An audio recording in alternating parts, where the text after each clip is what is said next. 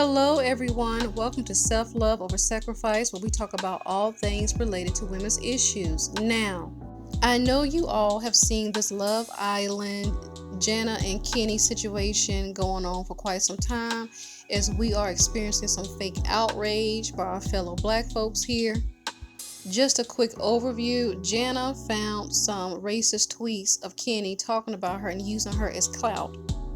And now you have the black community who are pretty much trying to scare black women, and especially dark-skinned black women, out of dating men of other races, saying, see, they're racist, they'll hurt you, they'll yada yada yada, when we all know black women are unalived by black men more than any other race of women on this planet.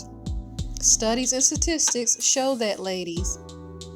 Let's take a trip down memory lane. In early 2000, like 2006-ish, 2007, you had Tommy Sotomayor, who was all over social media, ranting and raving about how he could not stand black women, and especially dark-skinned black women.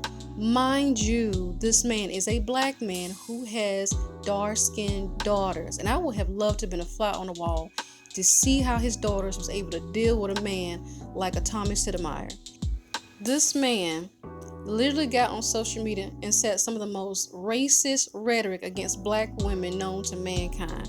I remember him getting into an argument with a black woman because somehow they got into a fender bender, and he got out that car and called that woman every B word you could possibly think of, yelling and screaming at her to the top of his lungs, and he actually recorded himself doing that. He had nothing but white women, white men, black men, and some goofy black women who were his supporters, but mostly white people who were racist, who got off on seeing him mistreat black women. I'm gonna throw Tariq Nasheed in there too, who said some hurtful things about black women, also who has a biracial wife but told black women they shouldn't be dating interracially. You have had nothing but black men say the most hurtful, demonic mess to black women known to mankind. Not to mention, there is a black man on social media, particularly on TikTok, who said that he would prefer to date a dark-skinned black woman over a light-skinned black woman because he would have to give her less, because he knows that a dark-skinned black woman wouldn't require anything of him, because pretty much he feels like dark-skinned black women are not as deserving as a light-skinned black woman, and so he can give her less. The hateful comments Serena Williams and her sister receives about their facial features, they've been called masculine and everything else under the sun of God. There were black men on social media saying that they would not date her based on how she looked, but they would give her a couple of kids and lay up with her. She was good enough to lay up with, but not good enough to marry.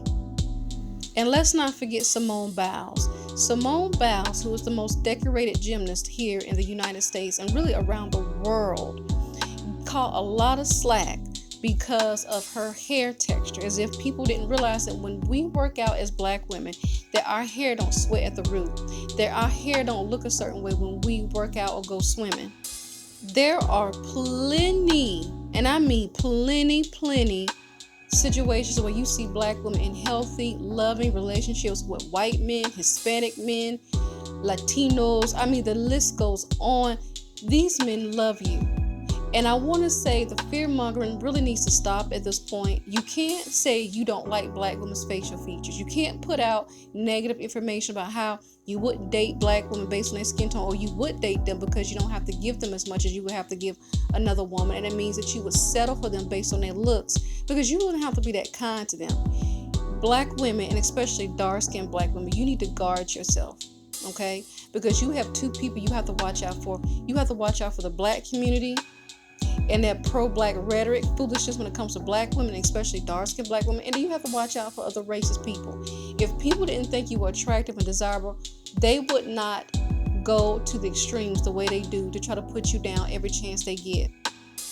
I just did a recent video with Melody and George Lucas. George Lucas is a billionaire. Melody definitely owns her own millions. George Lucas is the former owner of Star Wars. He is making bank. And I want to be the first to say this to you all. You need to look at the black women who are in healthy, loving relationships. You have to be really careful with the internet, because the internet is a crazy place. It's a demonic place. You have two sides of the internet. You have one that's positive, You have one that's negative. Stay on the positive side, black women. That's where you belong. There are plenty healthy, happy black women out there who are in healthy, happy relationships. And I also want to add that Telvin Osborne got unalived by a white woman. He said that he would rather screw a dog than to screw a black woman. That same white woman unalived him and got off for it, and she's now walking scot-free. Shannon Sharp, okay? Shannon Sharp just got taken to the cleaners by some young white woman. 22 million, somewhere around that ballpark. None of that has stopped black men from dating white women. They'll say that this is an isolated situation. This is just them. I'm not going to judge all white women, all Asian women, all Latino women off of the basis of one thing or one mistake that one white woman made in the world against a black man. Yet and still, we see time and time and time again how white women will take a black man to the ringer, how white women have unalived black men, how white women have not been attracted to black men, only attracted to their money.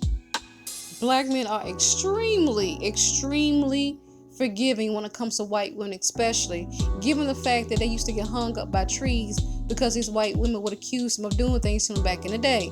So I say all this to say this to you black women. Let me say this.